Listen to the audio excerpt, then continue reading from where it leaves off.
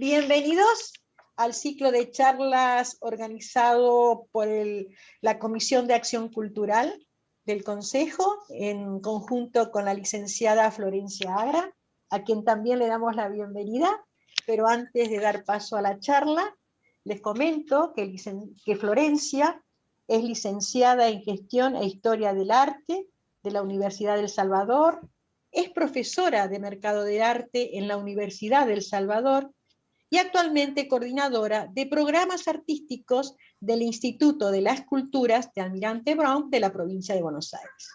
Y desde el año pasado, en forma virtual, Florencia dicta los cursos de arte de historia, arte de la cultura, del Consejo Profesional de Ciencias Económicas, y a veces es acompañada en esas clases como profesora invitada la doctora Silvia Nignaya, que aprovecho la oportunidad para comentarles que pueden inscribirse mandándonos un email a cultura@consejocava.org.ar, y estos cursos se dictan todos los jueves de 19 en adelante.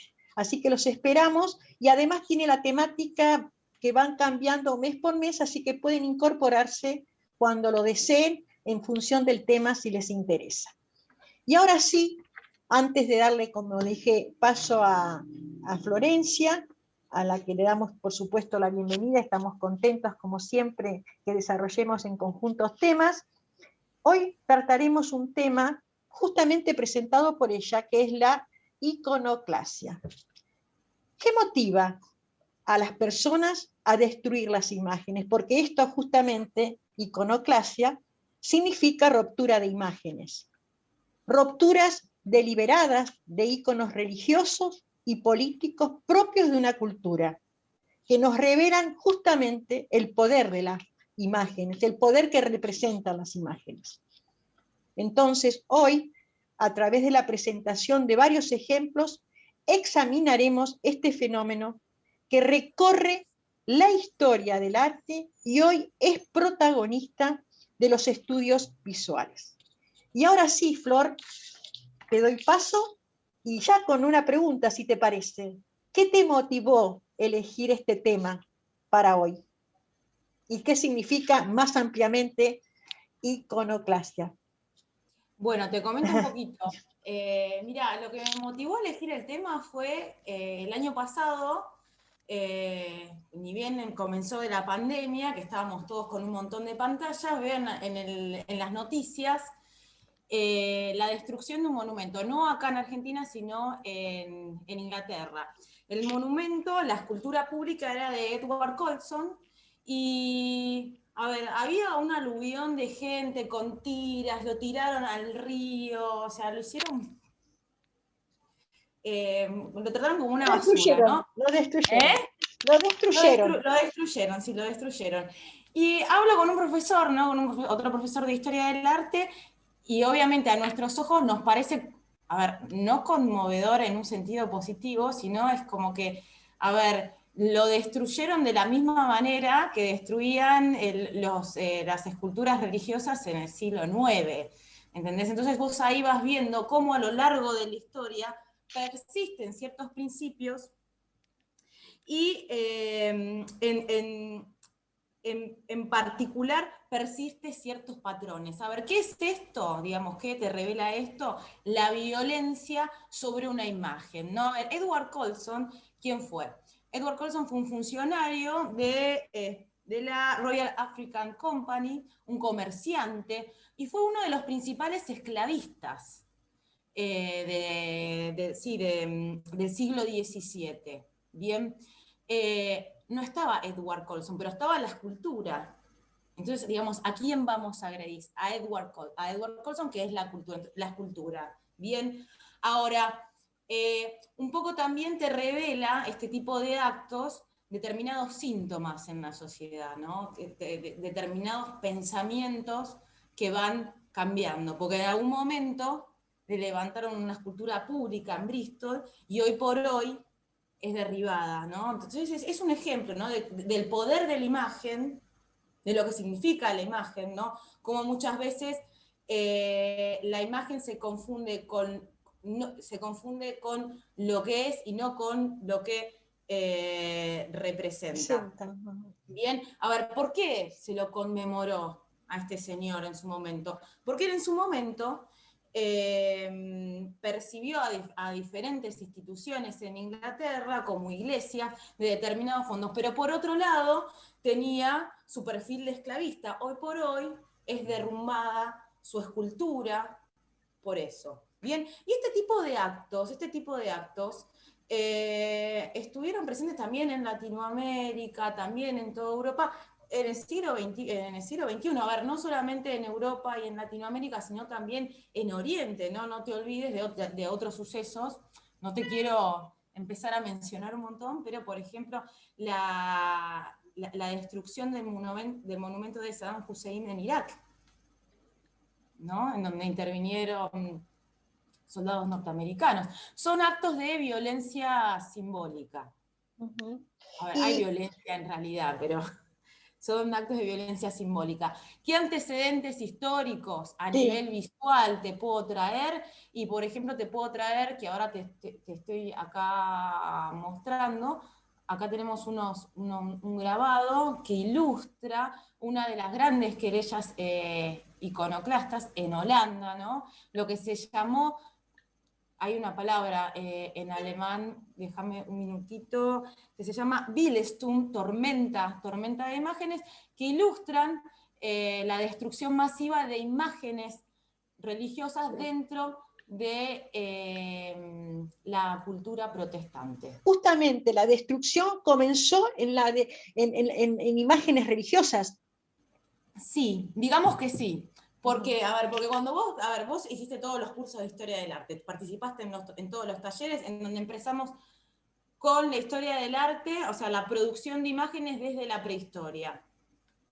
Bien, y vos ves que siempre la producción de imágenes estuvo unido a un sentido religioso. Y acá ves, digamos, como una necesidad de representar, digamos, a los dioses, a diferentes deidades o representar diferentes intereses, porque en su momento eran animales de caza y todas estas cuestiones, y luego es como una cara de la misma moneda, comienza, digamos, la destrucción. La producción de la imagen siempre estuvo de la mano desde la prehistoria, de la mano de lo religioso. ¿Y cuáles son esas religiones? ¿O cuáles son, sí, bien digo, esas religiones que no contemplan imágenes cuando se produjo este hecho en especial? A ver, ¿cuáles son las religiones que no contemplan imágenes? Bueno, a ver, vamos a hablar de las religiones un poquito, introducirnos. Vos tenés las grandes religiones, las religiones monoteístas, que son el judaísmo, el cristianismo y el islam. Bien, el cristianismo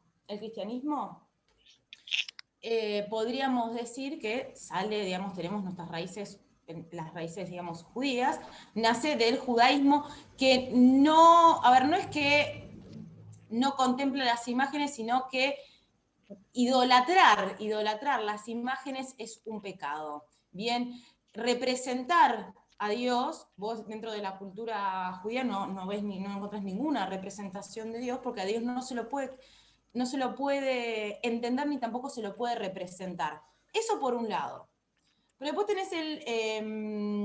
tenés el cristianismo, que nosotros, digamos, somos herederos de esta doctrina, que nace en un momento, podríamos decir, en donde la cultura helenística y la cultura romana estaba a todo vapor, artísticamente y en cuanto a producción de imágenes. Entonces vos ves cómo se unen estas dos culturas y ves que dentro del ámbito cristiano sí se representa a la segunda persona de la Trinidad, que es Jesús, a la Virgen María, y acá hay como una tensión, como que no se entiende, ¿no? Porque por un lado no se puede representar porque hay que evitar la idolatría, y por el otro lado la Iglesia representa las imágenes. Y esto es una tensión que surgió en el ámbito cristiano, que dentro de la historia del cristianismo, en algún momento estas tensiones subieron de niveles y causaron estas querellas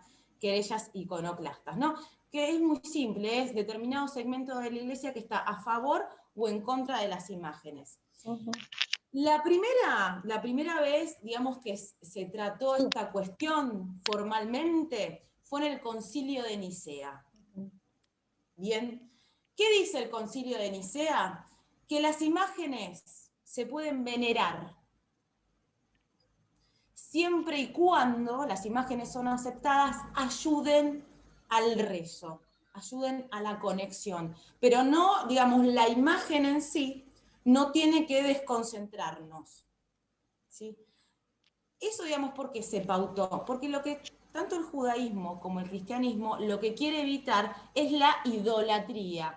La diferencia que tenemos, digamos, que tiene la cultura cristiana con las creencias paganas como las griegas y las romanas, era que digamos que la cultura griega y romana eran lo que se llaman iconoludos, adoraban a las imágenes, eran politeístas.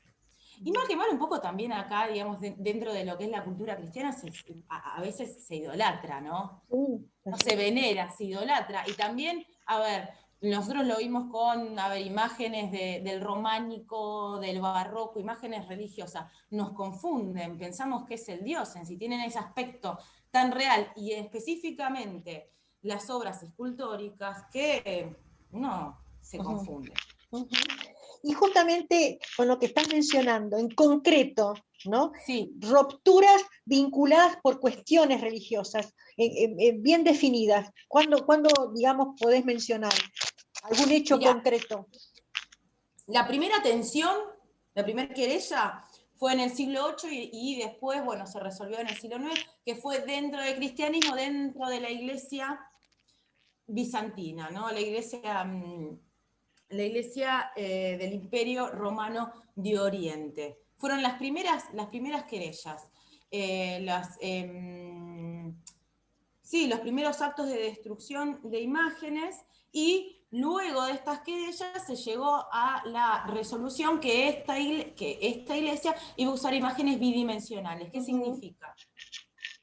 Van a usar iconos, imágenes planimétricas, imágenes que iban a tener una función, no de veneración, sino que iban a funcionar como ventanas hacia lo divino, iban a ayudar al rezo. Por eso cuando vos entras a una iglesia ortodoxa vas a ver una ausencia de esculturas. Eso para evitar la idolatría. Lo que más se asemeja, digamos, las figuras que más se asemejan a las figuras humanas, la producción artística que más se asemeja es la escultura. Bien, eso por un lado. Después por el otro, tenés las que ya, digamos, pasaron a la historia, que es cuando surge la Reforma y la Contrarreforma, ¿bien? Protestantes y católicos. Y acá sí quiero que quede bien claro esta cuestión, que Lutero no tenía nada en contra de las imágenes, ¿sí? Sí tenían en contra las imágenes que se idolatraban. Estaba a favor de las imágenes que narraban de determinados pasajes bíblicos. Estaba a favor de las imágenes que invitaban a reflexionar sobre la doctrina, ¿sí? Cuestionó muchísimo la cantidad de fondos que se gastaban para realizar este tipo de producciones. Bien, de hecho, si uno ahonda en el tema, tiene que entrar a la cuestión de las reliquias, ¿no? De cómo había una comercialización ya desde lo que es la baja Edad Media de comercialización de reliquias religiosas que estaban en manos de los monasterios. A ver, si te pones a pensar, siempre está atrás de todo la oferta y la demanda. Pero en fin, digamos, en países como Holanda, por ejemplo, y Alemania, en donde no el protestantismo, sino un segmento muy purista, que es el calvinismo, ahí sí surgieron, digamos, los eventuales hechos violentos de quema de iglesias, destrucción de imágenes a nivel masivo. De hecho, te cuento una anécdota, en el Museo del Prado están los cuadros del Bosco, ¿no? Del artista del Bosco. En Holanda prácticamente no hay. Y hay ahora no me acuerdo el nombre, una curadora del Prado, en una conferencia comentó, no me acuerdo qué funcionario holandés, le preguntó por qué España tenía una colección tan grande del Bosco. Y ella le dijo, bueno, porque ustedes los destruyeron. Claro. Digamos, pero esos son los grandes, Y, para sintetizarte, los grandes eventos, las grandes querellas iconoclastas. Ni hablar, que no nos vamos a meter, digamos, a andar en el tema del Islam, que el Islam directamente no representa figuras, ¿no? Tiene todas representaciones geométricas, ni siquiera animales. Eso es lo que sería la iconoclasia en esencia. Y en el aspecto y en el ámbito religioso. Y en el ámbito religioso, porque exactamente. Si nos vinculamos, o si no, para seguir con el razonamiento, esas rupturas en otros ámbitos motivados en cuestiones políticas y sociales, ¿qué serían? Sería lo mismo. A ver, iconoclasia significa ruptura de imágenes. Pero hechos es un tipo de violencia. Claro, sí, es ruptura de imágenes, pero si lo llevamos para demostrar hechos en el ámbito social o político, ¿qué te viene a la mente? Esto, lo que hablábamos recién, desde lo religioso, y después desde el punto de vista político y social, ¿qué es lo que podemos, qué rupturas podemos vincular o qué podemos traer a la mesa como ejemplo? Como ejemplo concreto, sí. Dentro de este marco que es violencia hacia las imágenes, podemos hablar, digamos, como un primer suceso. A ver, por ejemplo, antes de ir a este ejemplo concreto, vamos a decir que, digamos, en las guerras siempre se destruyen símbolos de la cultura. Ajá. ¿Entendés? O sea, no es que es caprichosamente vamos y destruimos el símbolo de la cultura. Es la idiosincrasia del lugar que estamos atacando, que están atacando. Exactamente. Y ahí ves también la cuestión de, a ver, no solamente se destruye, sino también que se profana. ¿Sí? Y ahí ves el carácter de estas imágenes corporizadas en obras de arte, y digamos la cuestión que tiene la obra como motín de guerra. Pero volviendo a un hecho concreto, el primer suceso organizado, digamos, de violencia hacia los símbolos de determinados órdenes, la Revolución Francesa. Mira. La revolución fueron actos masivos en donde se destruyeron palacios, se destruyó, digamos, todos los símbolos que representaba el bienestar. Claro, además tiene que ver con lo que, claro, como dijiste vos en cuanto a las guerras, iban hacia lo cultural. Exactamente. Bueno, después desembocó en otros hechos violentos, por supuesto. Por lo que vos decís, por eso te hago esta pregunta. Es como que nace desde lo religioso. Sí. Y con el transcurso del tiempo, las rupturas de imagen tienen que ver con lo cultural, con la idiosincrasia, con lo que representa cada lugar, cada país, lo que fueran. O sea, por eso me da la impresión que con el continuar del tiempo se hacían rupturas o se producía este mal en distintos ámbitos, no solo en la iglesia, no solo en lo religioso. Claro, a ver, no es que es no solo en lo religioso. Lo que pasa es que por lo general estos actos se estudiaron en el marco de la iconoclasia bizantina y la iconoclasia que surgió en el ámbito del protestantismo. ¿Bien? Eso porque la historia lo estudió. Ahora estudia fenómenos más amplios como la violencia sobre las imágenes, que existió siempre. Claro. De hecho, porque representan el poder además. O sea, es como para terminar con el poder que tienen las imágenes. Tienen muchísimo poder, a veces no somos conscientes que, claro. A ver, la imagen es un lenguaje, al igual que el lenguaje escrito, pero el lenguaje escrito es mucho más directo. El lenguaje visual nos deja un poco más tumbado, y nos despierta ciertas emociones. De hecho, vamos a un acto de violencia por una motivación individual. A veces vos te peleás con alguien y lo primero que podés hacer es destruir la imagen. Pero bueno, volviendo un poco... La foto.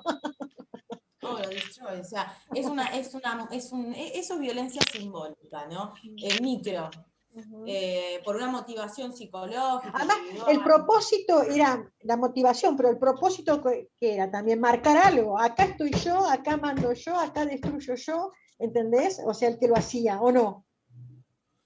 El poder, Sí. el poder.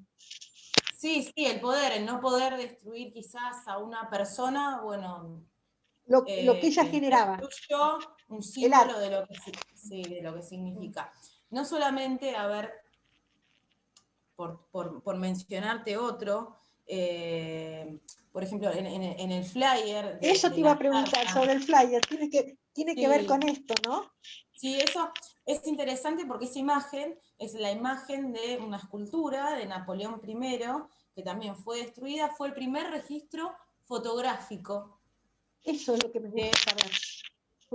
De la destrucción de un monumento público, y lo que tiene de interesante que en donde estaba emplazada esa escultura, antes había una escultura de Luis XIV, ¿no? Luis XIV, Revolución Francesa, Napoleón. A ver, primero se destruyó el de Luis XIV para elegir el de Napoleón. Por o sea, eso. vos ves ahí cómo van cambiando las mentalidades de la época. Y luego se destruye el de Napoleón I. Claro, ahí está. Bueno, eso es un símbolo, ¿no? También, justamente. Son símbolos. Claro que sí. Son símbolos, pero tampoco hay que perder mucho el foco. A ver, responde a esta cuestión primitiva del ser humano de violencia. Sí, y además lo que me gustaría ahondar un poquito más es sobre lo que vos dijiste, el poder de las imágenes.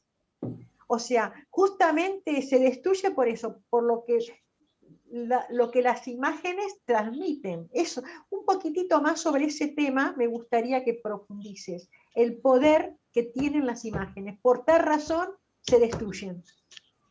Por diferentes motivos, por cuestiones sociales, por cuestiones religiosas, por cuestiones psicológicas. Pero acá mencionás algo que es interesante, que si bien no es el motivo de la charla de hoy, que es el poder de la imagen, lo cual las esferas políticas y religiosas siempre fueron muy conscientes del poder de las imágenes. Por eso se trató, en el Concilio de Nicea se trató la cuestión de la imagen, porque tiene un fuerte poder en lo que es, volviendo al ámbito religioso, didáctico. Como yo resuelvo visualmente el dogma, cómo lo expreso. Fueron cuestiones, digamos, abordadas. De hecho, ahora en los talleres, ¿viste? En los talleres de Historia del Arte, cuando vemos la cuestión de barroco sudamericano, vemos cómo por ejemplo, cuando hay que representar la unidad trinitaria, vemos cómo muchísimos artistas lo comprendieron mal y lo representan mal. Y no hay que perder el foco de que estas imágenes tenían una función que era didáctica. Por eso eran consideradas herejías religiosas. Lo que pasa, Mirta, es que es muy difícil bajar al plano visual la dimensión tan amplia y tan inabordable de los dogmas religiosos. Es muy difícil. Es muy difícil. Pero esta cuestión de las imágenes, no solamente en cuanto a la temática, sino también cómo fueron resueltas formalmente, fueron cuestiones que trató la Iglesia. De hecho, y mejor ejemplo que esto, de la cuestión de las imágenes, en el momento de la Reforma y la Contrarreforma salió con pompa y jabón, con su estilo barroco, a decir, acá estamos. Fuerte. Seguramente tenés para mostrarnos ahora en la charla imágenes que representen esos tópicos, ¿no?, que has mencionado. Sí, por supuesto, yo voy a hacer así y van a aparecer todas las imágenes. Porque me parece muy interesante. Sí, es interesante, mirá, y acá yo te voy a mostrar una imagen en donde cuando yo hablo de la contrarreforma, ves cómo, digamos, una manera de distinguirse con la reforma protestante, ¿no?, que son, digamos, que si bien en síntesis tienen un carácter más purista, más en donde, digamos, no quería que el fiel pierda el foco en la imagen en sí, ¿no? Por eso vemos imágenes más serenas, digamos, en contraposición al barroco, en donde ves un fuerte dorado a la hoja, un fuerte alargamiento del canon. Vamos a ver cómo son las imágenes cargas directas a la emoción del fiel, ¿no? Vemos un carácter de teatralidad en el barroco. Bien. Y Flor, ¿existen vínculos entre la iconoclasia y el arte contemporáneo? Sí, por supuesto. A ver, la violencia es una manera también de provocación y el arte contemporáneo es provocador. ¿Sí? Hoy, digamos, el arte contemporáneo, digamos, como características definitorias podemos hablar de la apropiación de la imagen y de la destrucción. Y de la destrucción voy a ir con un caso concreto, con un caso de un artista que se llama Lucio Fontana. Acá te estoy mostrando una imagen que en síntesis lo que vos podés ver en la imagen como él destruye lo que es el lienzo, que es el espacio sagrado, sagrado de la obra de arte, la destrucción del lienzo y también, digamos, en todo lo que es la actividad artística, más que nada vinculada a la plástica, siempre hay eventualmente algunas acciones de destrucción, desde el material y eso. También, a ver, dentro de lo que es el ámbito artístico, e institucional, podés encontrar actos de violencia sobre las imágenes, eventualmente en casos de algún visitante que rompió una obra por alguna cuestión. Por ejemplo, acá te voy a mostrar una imagen que es la Venus frente al espejo de la National Gallery. Acá tenés la imagen de la obra y acá tenés la imagen en su momento cuando se destruyó. Te comento un poco brevemente la historia. Una sufragista, creo que se llamaba Marion, también a principios del siglo XX, tajeó la obra. Bien, ¿por qué la tajeó? Fue lo que le confusó a la policía, por cuestiones políticas. Pero después confesó que a ella le molestaba ver a los espectadores hombres, digamos, cómo veían o cómo tomaban, apreciaban el cuerpo de la mujer. A ver, el tema de la destrucción, de la violencia sobre las imágenes también se puede estudiar dentro del marco de los estudios de género, ¿no? Por esta cuestión de actos destructivos de obras que representan, y te lo digo, a ver, yo no me voy a poner a hablar. Bueno, eso es muy personal o es unipersonal, pero a veces lo que hablábamos nosotros desde el punto de vista más cultural, desde lo político, desde lo social, de lo religioso, que ya son movimientos. Esto es más bien a nivel personal, unipersonal, por decirlo de alguna manera. Individual. Pero igualmente, en la historia, digamos, ha habido movimientos organizados de mujeres, y no me quiero meter mucho en el tema, pero sí ha habido eventos organizados en donde han destruido imágenes porque han concebido de que se cosificaba el cuerpo de la mujer. A ver, en la historia del arte está plagado, lleno de desnudos de diferentes formas. Y acá también, digamos, aparece otro comportamiento hacia las imágenes que sería la antesala a la destrucción, que sería la censura. Eso me gusta que definas. Son dos cosas totalmente distintas. La censura es una manera, digamos, de controlar el contenido de la imagen. Por ejemplo, en lo que es el arte contemporáneo tenés, te doy un ejemplo, un fotógrafo como Robert Mapplethorpe, que es un fotógrafo americano que realizaba producciones en blanco y negro, de desnudos, y se han calificado en ciertos momentos las imágenes como pornográficas y se han censurado. No solamente se han censurado este tipo de producciones artísticas, sino también, ya a principios del siglo XX, finales del XIX, también dentro del ámbito artístico. Desnudos, más que nada. A ver, si bien el desnudo, la representación del desnudo es un género de antaño, una cosa es representar a un desnudo mitológico y otra cosa es a finales del siglo XIX representar una señora común y silvestre en grandes lienzos desnuda. Estaba mal visto. Claro, por O, supuesto. a ver, no solamente era censurada en cuanto que quizás se exponía en salones privados, ¿no? En un Sí, sí. salón público. Estas convenciones han cambiado mucho. Y Y sí, también, a ver, la censura no solamente es... lo político, la censura está más relacionado con lo político Sí, o con las políticas de ese momento, no tiene que ver tanto con el arte o lo religioso. sí, con cuestiones sociales y también, digamos, ya que estás...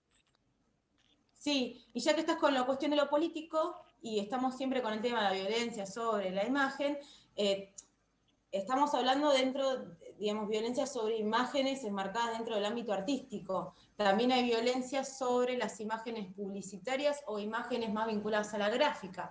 Por ejemplo, las satirizaciones políticas, que son censuradas. Sí. A ver, el año pasado y mismo este año, y también con el tema de lo fácil que es manipular hoy en día la imagen. Yo hoy desde mi ordenador, desde la soledad de mi escritorio, puedo agarrar una foto de Totalmente. los grandes líderes del mundo y Sí, sí. satirizar una imagen. Definitivamente. Sí, sí. De hecho, el año pasado, con las redes sociales, con TikTok, creo, fue Sí, que sí, seguro. lo censuraron. Sí. De todas Porque, maneras, sí. sí, No, no, decía que de todas maneras, a mi entender, creo que van como paralelo. O sea, una cosa es es como, no son sinónimos, sino son definiciones paralelas, van como paralelo lo que sería la ruptura de imágenes con la censura. Son dos cosas distintas, definitivamente para mí. son diferentes. Sí. Pero lo que pasa es que yo lo defino como la antesala. Antes de Ah, romper, censuramos. claro, y si no después, claro, tal cual. Y no, te iba a preguntar que justamente la ruptura, lo que el tema que estamos ya hablando en esta oportunidad, es una protagonista hoy en los estudios de arte visuales o no, por lo que acabas de decir Sí, en la por modernización. supuesto. Sí, hoy en día se estudia, se estudia. Por esta cuestión que también la tratamos en las clases. A ver, dentro de lo que es el marco de la historia del arte se ha estudiado, sí, las grandes querellas iconoclastas del Bizancio, del protestantismo, pero hoy no se habla de la historia del arte, sino se habla de estudios visuales. Y se estudian estos fenómenos desde una perspectiva interdisciplinar, desde la psicología, la sociología, la Más historia del amplio. arte. Claro. Hay grandes teóricos como Mitchell, Friedberg, que han estudiado minuciosamente estos fenómenos sirviéndose desde imágenes que vienen de marcos artísticos hasta de imágenes que circulan en las redes sociales, ¿no? Y Ha habido una... siempre haciendo énfasis en este carácter de la imagen dentro de estos espacios de circulación que son las redes sociales, haciendo hincapié en este aspecto que ha tomado la imagen de ausencia de aura de las obras, del carácter promiscuo de las imágenes, porque circulan por todos lados. Yo las puedo tomar, las puedo reexaminar, las puedo manipular, las puedo publicar. Uno a veces está tan digamos, a veces no frena y tampoco tiene por qué frenar en estas cuestiones, porque, a ver, yo puedo porque soy profesional en el tema, o trato de serlo, pero uno no es consciente que hace 30 años, que no es mucho, No es nada, no es nada. Por eso, en función de todo lo que dijiste, uno pensó que con el transcurso del tiempo pudo haberse finalizado todo lo contrario, se ha transformado y existe de otra manera. Siempre existió, por supuesto.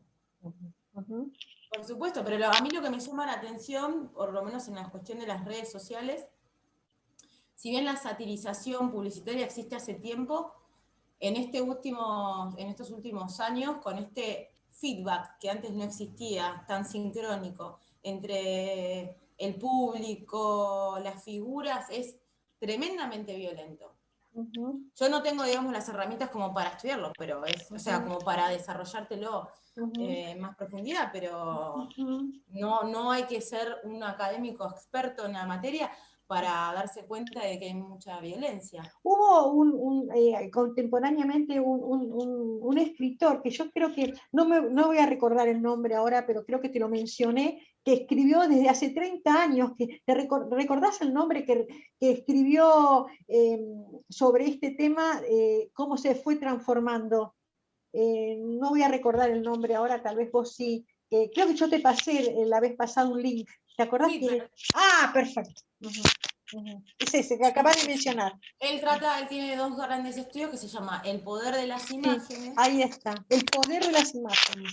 Y otro que se llama Iconoclasia, la violencia sobre las imágenes. En El poder de las imágenes, si mal no recuerdo, es un libro, lo tengo, si quieres un día te lo presto, lo que trata es de la cuestión de que tenemos que ser conscientes de que la imagen digamos, toma cuerpo en diferentes producciones.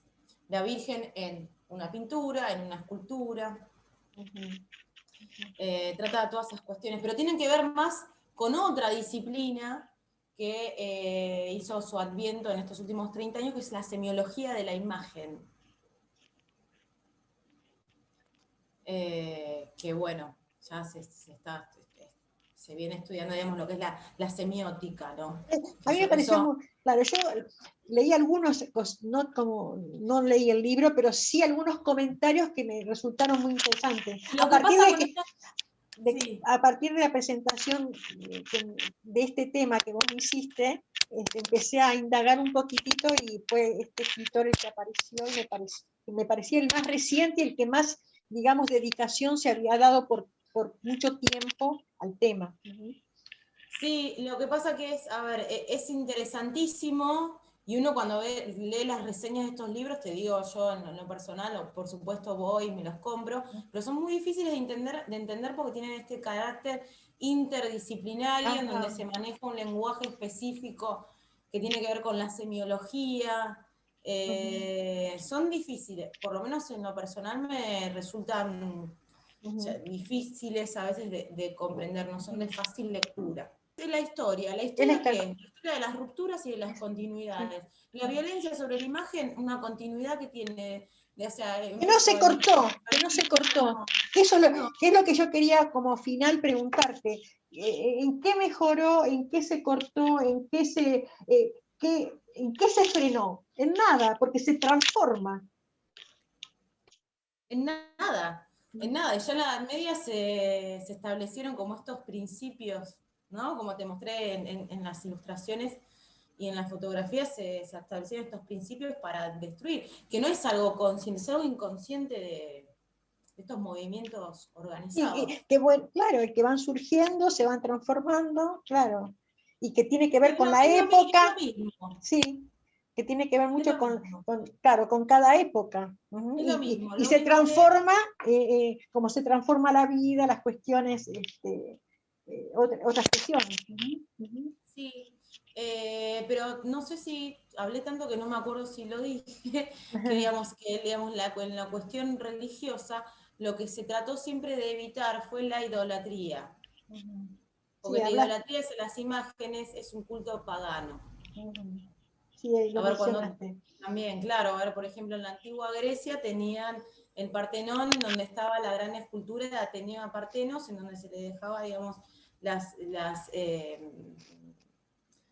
devociones, y se creía que era la diosa, ¿no? La diosa que tenía aspecto humano. El Dios del cristianismo, el Dios del judaísmo y del islam, no sabemos cómo es el aspecto, no lo podemos entender, por eso no lo podemos representar, y representarlo es un pecado. Mirá vos. Bueno, Flor, creo que hemos abordado en forma muy interesante el tema, porque por definición lo conocíamos. Esperemos que lo digan quienes escuchen la charla. Ojalá, Dios quiera, y si no, como siempre recibimos comentarios, y en general son muy satisfactorios, pero bueno, siempre puede haber de los otros, y que bueno, estaremos dispuestas a hacer alguna otra charla, a profundizarlo. Sí. Así que... Si quieren hacer alguna consulta, digamos, cuando se publique, no traté, digamos, la cuestión acá de la Argentina, porque tendría que Sí, pero esto relevar es un títulos pantallazo. periodísticos. Es como para presentar el tema, y después, en todo caso, en función de lo que vamos recibiendo, del interés, podemos ir profundizando en particular, ¿no?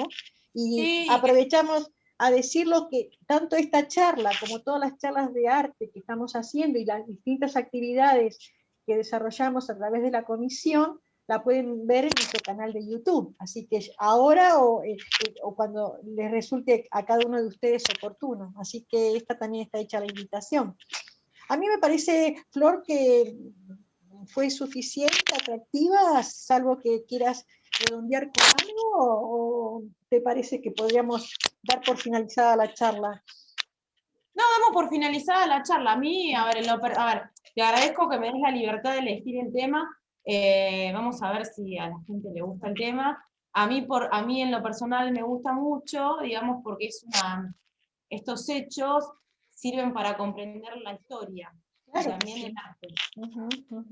¿No? Bueno, muchísimas gracias, Flor, como siempre. A mí me resulta un placer compartir este momento con vos, y las charlas, que a mí siempre me sorprendes con los temas, eso lo tengo que decir. No te gustaba, No, no te gustaba. pero bueno, pero me haces estudiar o a interesar en cosas que por ahí conozco por definición, pero no en profundidad, así que está muy bueno. Lo que pasa, Mirta, que desde la historia del arte tenemos que estudiar estas cosas, porque ya las Sí. obras, a ver, la Venus de Botticelli, ya está recontraestudiado, tenemos que tener cierta originalidad. Bueno, que de hecho volvemos a invitarlos a que se sumen a nuestro taller de arte que vos dictás, porque ahí es donde es el disparador de un montón de temas que después terminamos a lo mejor viéndolos acá o desarrollándolos en el mismo taller.